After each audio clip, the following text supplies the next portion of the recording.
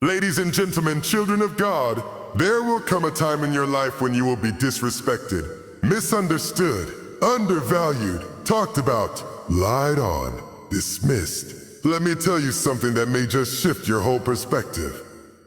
When life hits you with disrespect, when people roll their eyes at your worth, when they minimize your voice, when they question your value, when they talk down to you like you ain't got sense or strength, your first instinct is going to be to clap back. It's going to be to stand up and say, you don't know who you're messing with, but I need you to understand something deeper, something higher. Silence is not weakness. Silence is power under control. See, we live in a world that teaches us that if we don't respond, we're soft. That if we don't strike back, we're passive. That if we don't say something, we've lost. But I came to tell you, sometimes the loudest thing you can say is nothing at all. It takes real strength to sit in a storm and not flinch. It takes spiritual maturity to be slandered and still keep your posture crookedy. It takes divine confidence to know you could destroy someone with your words, but choose not to, because you know who holds your destiny. Weakness is reacting. Strength is restraining. Anybody can throw shade. Anybody can gossip, can curse, can tear someone down with their tongue. That doesn't take power. It takes pain, but it takes divine authority, heavenly restraint to be talked about, disrespected and overlooked, and still keep your mouth closed and your head high. When Jesus stood before his accusers, the Bible says he said nothing. The Son of God didn't need to argue with people who were already committed to misunderstanding him. He didn't need to explain his purpose to people who had no intention of receiving him. And neither do you. You don't have to explain your calling. You don't have to beg them to respect you. You don't have to chase the approval of people who are blind to your value. Because what God put in you does not need validation from man. Silence is not giving up. It's giving God room to move. It's saying, "Oh Lord, I can handle this my way, but I choose to trust your way." It's saying, "I know I could curse them, but I'd rather be blessed." When you stay quiet after being disrespected, it's not about being timid. It's about being disciplined. It's about knowing the difference between what's urgent and what's important. And my friend, keeping your peace is more important than winning the argument. Some of you are tired, not because you're weak, but because you've been fighting battles you were never called to fight. You've been explaining yourself to people who already made up their minds. You've been defending yourself against attacks that weren't even about you, but about the light you carry. The enemy wants to pull you into distraction. He wants to wear you down with drama, so you never have the energy to walk into destiny. But today, I'm telling you, silence is your weapon. Don't trade your future for the satisfaction of a petty clapback. Don't waste your oil trying to convince people of your anointing. Just stand still. Stay silent. Let the fruit speak. Let your peace speak. Let your promotion speak. Because when you keep quiet, you're not giving up the fight. You're letting God step in, and when he speaks, when he moves, he'll say things with his actions that no words could ever say. So stand tall, child of God. Stay quiet after disrespect.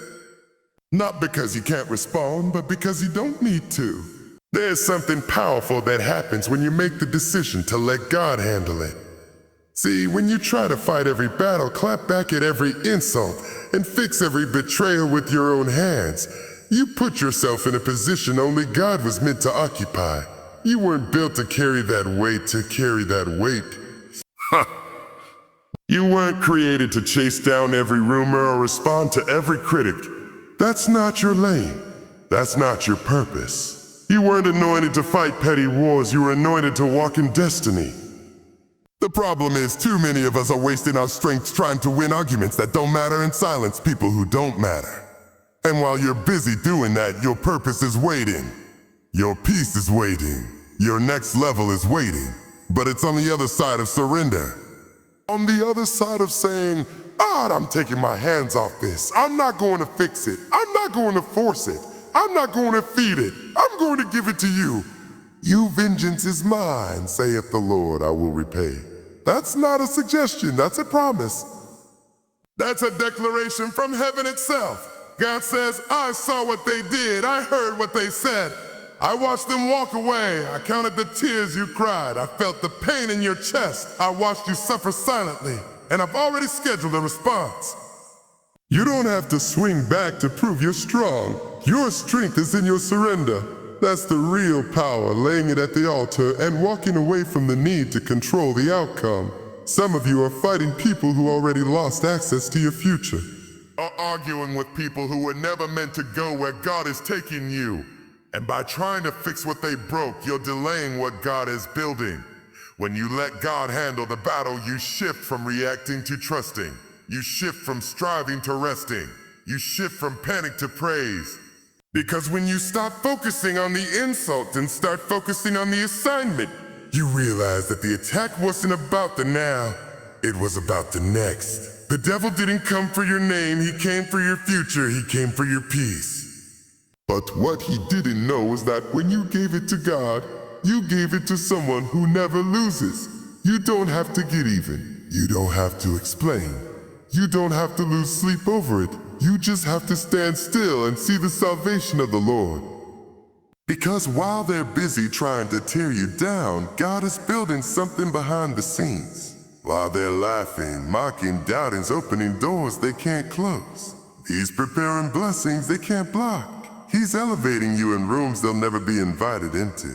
You think the delay is punishment. It's not. It's preparation. God is taking his time because what he's doing for you, through you and you, is bigger than revenge. It's bigger than payback. He's not just restoring you, he's setting the stage, so when he moves, it won't just fix what was broken.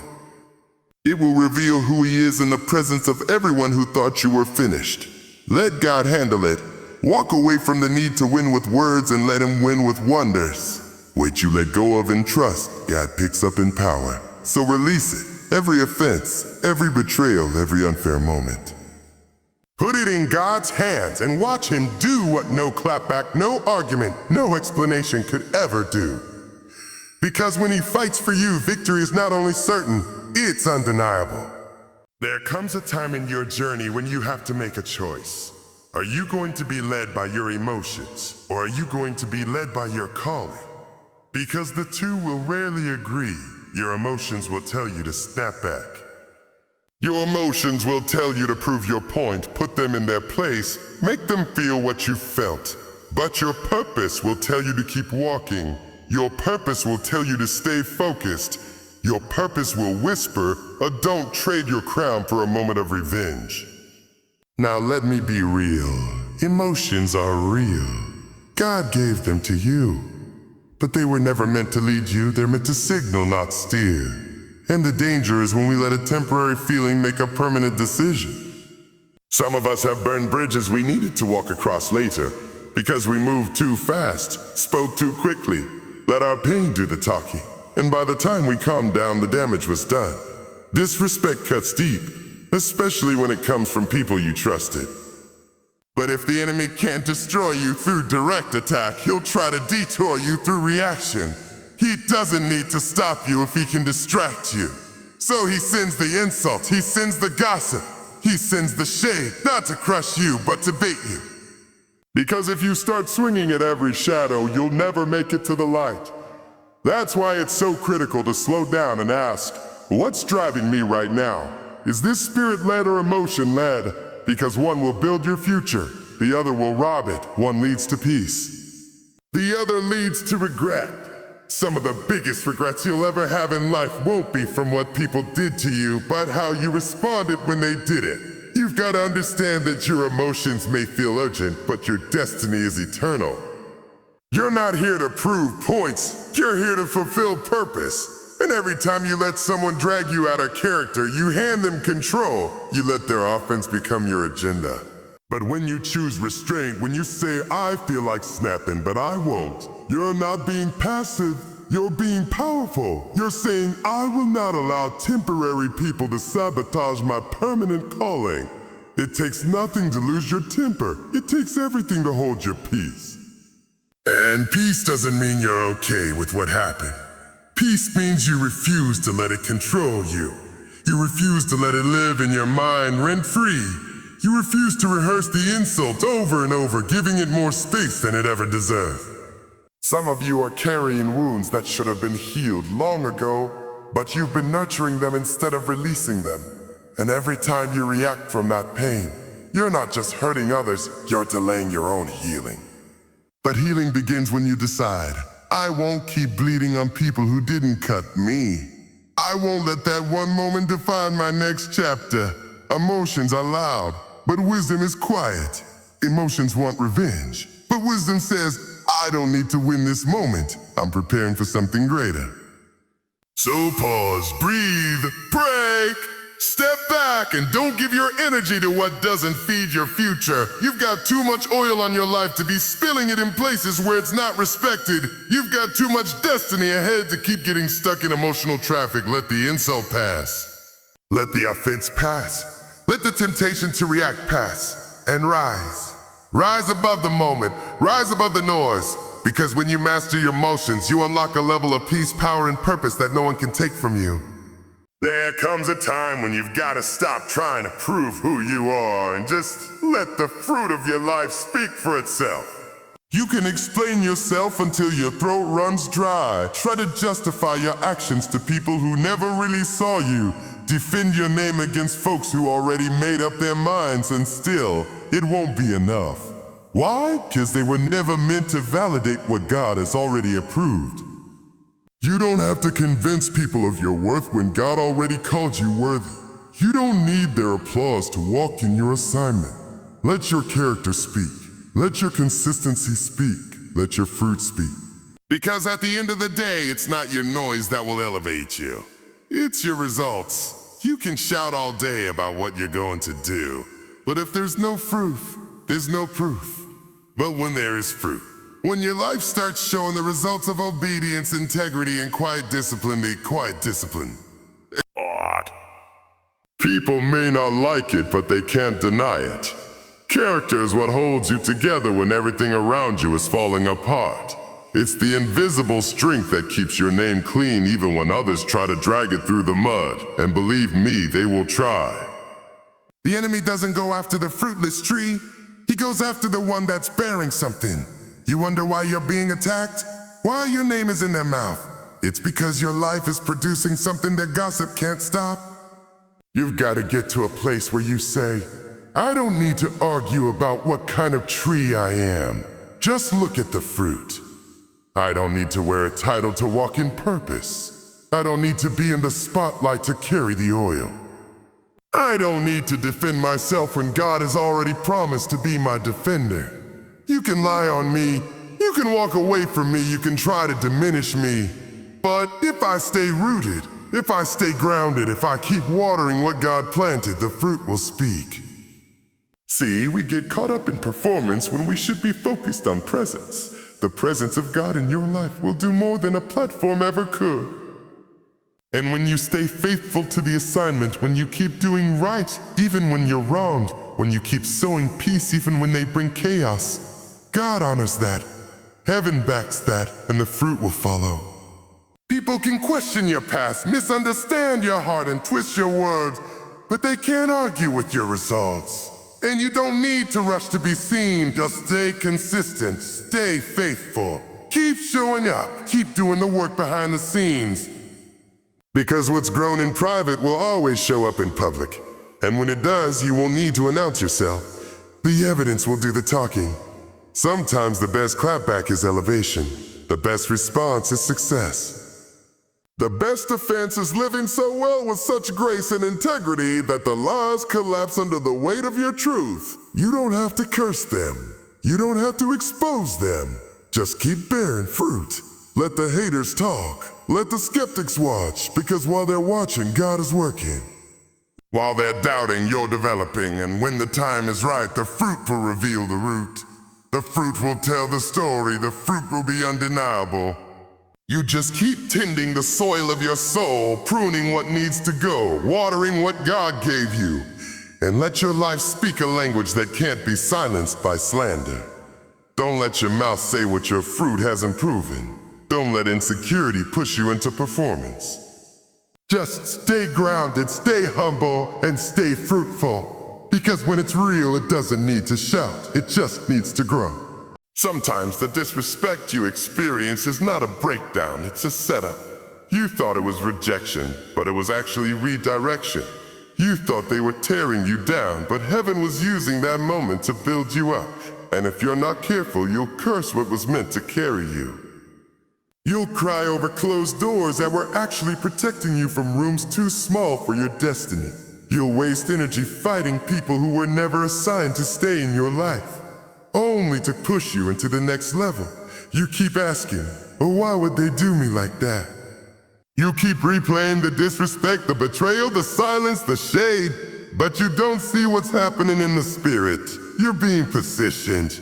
You're being prepared. Sometimes God will use disrespect to disconnect you from people, places, and mindsets that no longer fit where you're going. They had to talk about you. They had to walk away. They had to misunderstand you. Because if they hadn't, you would have stayed where you were. Some of your greatest growth is born out of pain. Not because God enjoys your suffering, but because purpose always demands pressure. Diamonds don't form in comfort. Oil doesn't flow without a crushing. And elevation doesn't come without separation. And some of that separation is gonna feel like disrespect. But don't get stuck on how they treated you. Focus on how God is using it. He's stretching you. He's testing you. He's testing you. He's strengthening you. And while you're down there in your valley crying over what they said, God is building up resilience in your spirit. He's building patience in your heart. He's sharpening your discernment. He's teaching you how to stand tall with no applause, how to lead with no spotlight, how to worship with no validation. Because where you're going, you can't afford to be emotionally controlled by every opinion, every whisper, every unfollow. The disrespect was a doorway. It didn't feel like it at the time, but it was. It was the moment heaven said, you've outgrown this level, now let me push you. And sometimes that push doesn't come in the form of a blessing. Sometimes it comes through a betrayal, a letdown, a painful silence. And if you can learn to keep your posture through the pain, God will promote you without permission from the very people who tried to hold you down.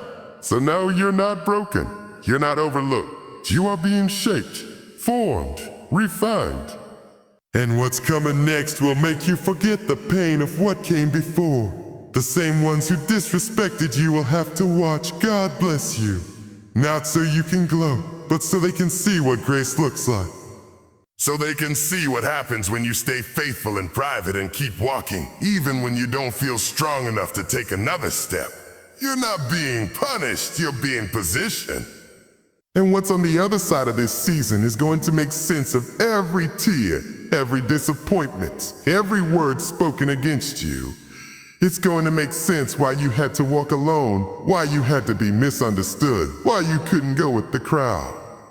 It's because God is raising you in a way that doesn't require a spotlight, just obedience. So let them talk, let them down, let them dismiss you. But you keep showing up, you keep building, you keep believing, because the disrespect was not the end, it was the beginning. And God doesn't waste anything, not even the pain, especially not the pain. There comes a moment you've got to make a decision. Not an emotional one, not a reactive one, but a decision rooted in your future. Will you stay stuck in the offense or will you outgrow it? Will you let what they did to you define you or will you rise above it and let it refine you? Some of you are still circling old wounds, rehearsing old conversations, reliving old betrayals when God has already moved on. But you're still at the scene of the offense, building a home where you were only meant to learn a lesson. Let me tell you something. You were not created to live in bitterness. You were not designed to carry the weight of every wrong done to you. Yes, they disrespected you. Yes, they should have treated you better. Yes, they should have apologized. But the longer you stay there, the longer you delay your growth. You can't grow while holding grudges. You can't stretch into your next while your hands are still gripping the pain of your past. Growth requires release. If a tree held on to every dead leaf, it would choke itself trying to carry what no longer gives life. And some of us are spiritually choking. Not because we're not gifted, not because we're not anointed, but because we're holding on to what we should have let fall. You're holding on to disrespect like it's part of your identity. But that offense wasn't meant to define you. It was meant to develop you. You see, offense will come. Jesus said offenses will come. But what you do with them, that's your choice. You can drink from the cup of bitterness, or you can walk in the strength of forgiveness. And I'm not just talking about forgiving them. I'm talking about freeing yourself. Forgiveness doesn't mean you approve of what happened. It means you refuse to let it control you any longer. You're saying, this pain may have touched me, but it won't trap me. Because if the enemy can't stop your calling, he'll try to contaminate your character. He'll bait you with bitterness, hook you with resentment, and keep you circling offense so long that you lose sight of your future. But I dare you to say today, I'm done camping in pain. I'm done shrinking in anger. I'm done responding from a place of wounds. I'm not just going to survive this, I'm going to outgrow it. Outgrowth is proof of healing. Outgrowth means you no longer need closure from people who never gave you peace.